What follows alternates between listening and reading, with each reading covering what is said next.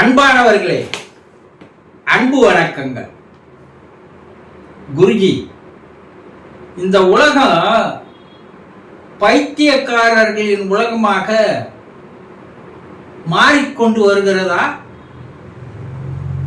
என்று ஒரு அன்பர் கேள்வி கேட்டிருக்கிறார். ஏன் அது போல கேள்வி கேட்டிருப்பாரு? எதுக்காக அது போல கேள்வி கேட்டிருப்பாரு? அது சிந்தித்து பார்க்க வேண்டிய நிலையில நம்ம எல்லோருமே இருக்கோம்.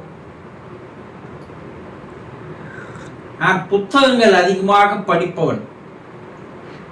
அதுல கலீல் கிப்ரான் என்பவர் தன்னுடைய நண்பர் ஒருவருக்கு மனம் பிசகி போய், பேதலித்து போய், சித்தம் கலங்கி போய் அவர் என்ன பண்றாங்க, பைத்தியக்காரர் மருத்துவமனையில் சேர்த்திருக்கிறார்கள். மனநல மருத்துவமனைன்னு சொல்லாத. இவர் அவரை பார்ப்பதற்காக போகிறார். நெருங்கிய நண்பர்.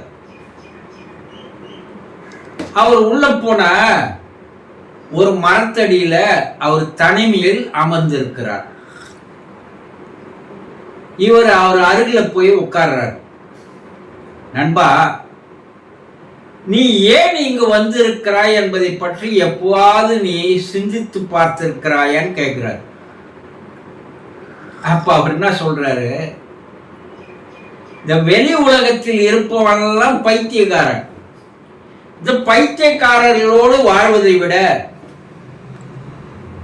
இந்த தனிமையான இடத்தில் இருப்பது எனக்கு ரொம்ப பிடிச்சிருக்கு. ஆனால் தான் நான் இங்க வந்து சேர்ந்தேன். இப்ப நான் சந்தோஷமா இருக்கேன், மகிழ்ச்சியா இருக்கிறேன். அதில் உனக்கு என்ன சந்தேகம் அவர் கேட்கிறார். இவருக்கு பெரிய அதிர்ச்சி. ஏன்னா எந்த பைத்தியக்காரனும் நான் பைத்தியக்காரன் என்பதை ஒற்றுக்கொள்ளவே மாட்டான். எல்லாரையும் பார்த்து பைத்தியக்காரன் தான் சொல்லுவான். ஆனா அவர் சொல்வதில் ஒரு உண்மை இருக்கிறது. என்ன?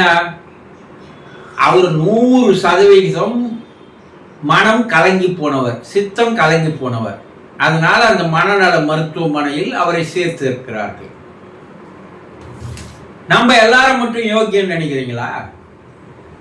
நம்மளும் ஒரு 60-70% மனம் கலங்கி போனவர்கள் தான், சித்தம் கலங்கி தான் இருக்கிறோம்.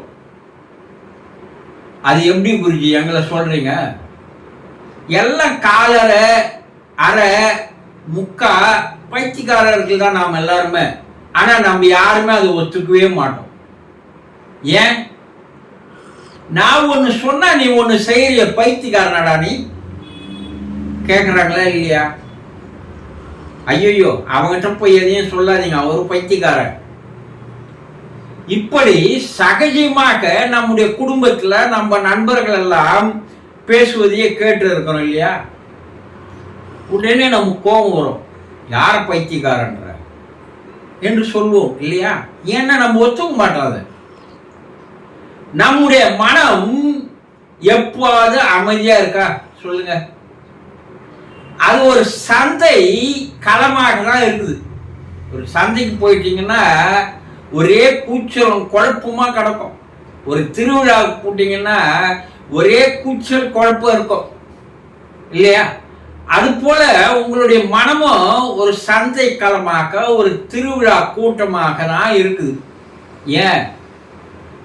ஒரு எண்ணம் ஏந்துக்குது, அந்த எண்ணம் முடியறதுக்குள்ள இன்னொரு எண்ணம், இன்னொரு எண்ணம், இன்னொரு எண்ணம், இன்னொரு எண்ணம்னு பல 100 மனிதர்கள் இறைச்சல் உங்க மனசுக்குள்ள இருக்கா இல்லையா? இல்ல குருஜி, நான் எப்பயுமே மனசை அது போல வச்சுக்கிறதே இல்லை, நான் எப்பயுமே மனசை அமைதியா வச்சிருக்கிறேன்னு உங்களால சொல்ல முடியுமா?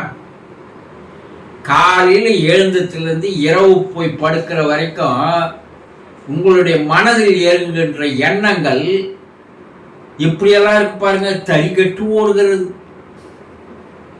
கட்டு கடங்காமல் ஓடுகிறது இல்லையா? இப்படி உங்கள் மனம் பல்வேறு எண்ணங்களால் சிதைக்கப்படுகிறது, சிதைந்து போகிறது. இதனால சித்தமானது கலங்கி போகிறது. என்ன அப்பப்ப நமக்கு சுய நினைவு இருக்கு, ஒரு விழிப்புணர்வு இருக்கு. அதனால அந்த நேரத்தில் கொஞ்சம் உஷாராகிறோம். மற்றபடி 50%, 75% ஒவ்வொரு மனிதர்களும் சித்தம் மனம் கலங்கிய நிலையில் தான் இருக்கிறீர்கள் என்பது உண்மைதானே? அப்ப நீங்க அறப்பைத்தியம் இல்லையா, முக்கா பைத்தியம் இல்லையா? இன்றைய சமூகத்தை பாருங்க. இன்றைய சமூகத்தில் சொல்வது ஒன்று செய்வது ஒன்றாக எல்லாரும் இருக்கிறாங்க. நாட்டை ஆள்றவனும் அப்படிதாங்கிறான். சொல்றது ஒண்ணு செய்யறது ஒண்ணாங்கிறான். என்ன பேசணும்னே தெரியாது பேசுறான். அவனும் குழம்பு போய் மற்றவனையும் குழப்புறான், எல்லாரையும் குழப்புறான். அவன் பேச்சு கேட்டு அவன் தொண்டெல்லாம் குழம்பி போறான் இல்லையா? உலக போர் நடந்து கொண்டு இருக்கிறது. ஒரு நாளைக்கு ஒருத்த சண்டை போடுற 2 பேர்ல ஒருத்தன் ஒரு நாள் காலையில ஒண்ணு சொல்றான், சாயங்காலம் ஒண்ணு சொல்றான். அதனால உலகமே பாதிக்கப்படுகிறது. அப்ப அவெல்லாம் அறப்பைத்தியம் முக்கா பைத்தியம் தானே? அப்ப உலகத்தையே இவர்கள் பைத்தியமாக மாற்றி வருகிறார்கள் இல்லையா? இவர்களுடைய சித்தம் கலங்கியதால் பல ஆயிரக்கணக்கான உயிர்கள் இறந்து போகிறது இல்லையா போர்ல? உலகம் முழுவதும் இருக்கின்ற மக்கள் இந்த 2 பேரால, 2 சித்தம் கலங்கியவர்களால உலகம் ஒட்டுமொத்த மக்கள் எவ்வளவு பாதிக்கப்படுறாங்க பாருங்க. அப்ப இது பைத்தியக்கார உலகமா தானே மாறின்னு வருது. அரசியல்வாதி பைத்தியக்காரன் ஆகிறான், ஆளுறவ பைத்தியக்காரனாகிறான், அதிபர் பைத்தியக்காரனாகிறான், மன்னன் பைத்தியக்காரனாகிறான். இவர்கள் மட்டுமல்ல, இவர்களுடைய செயலால் மக்கள் அனைவரையுமே சித்தம் கலங்க வைத்துக் கொண்டிருக்கிறார்கள் இல்லையா? ஒரு 50 வருஷத்துக்கு முன்ன இது போல இருந்ததா? இது நாளுக்கு நாள் அதிகமாகி கொண்டே வருது. எங்கன்னா மன அமைதியா இருக்கா? எவனோ ஒருத்தர் செய்யற ஒரு பைத்தியக்காரன் செய்யற ஒரு செயலால நம்ம எவ்வளவு எல்லாம் பாதிக்கப்படுறோம் பாருங்க. விலைவாசி அதிகம், எவனோ செய்யறான், அதுக்கு நம்ம பாதிக்கிறோம், அதை நம்ம பெணாத்துறோம். இவனால நமக்கு பெட்ரோல் விலை ஏறிடுச்சு, டீசல் விலை ஏறிடுச்சு, சாப்பிட்ற பொருள் விலை ஏறிடுச்சு, எல்லாம் ஏறிடுச்சு இல்லையா? அப்போ ஆள்பவன் எல்லோருமே 70-80% சித்தம் கலங்கியவர்கள் தான். அதனால மக்களும் சித்தம் கலங்க வைக்கிறார்கள்.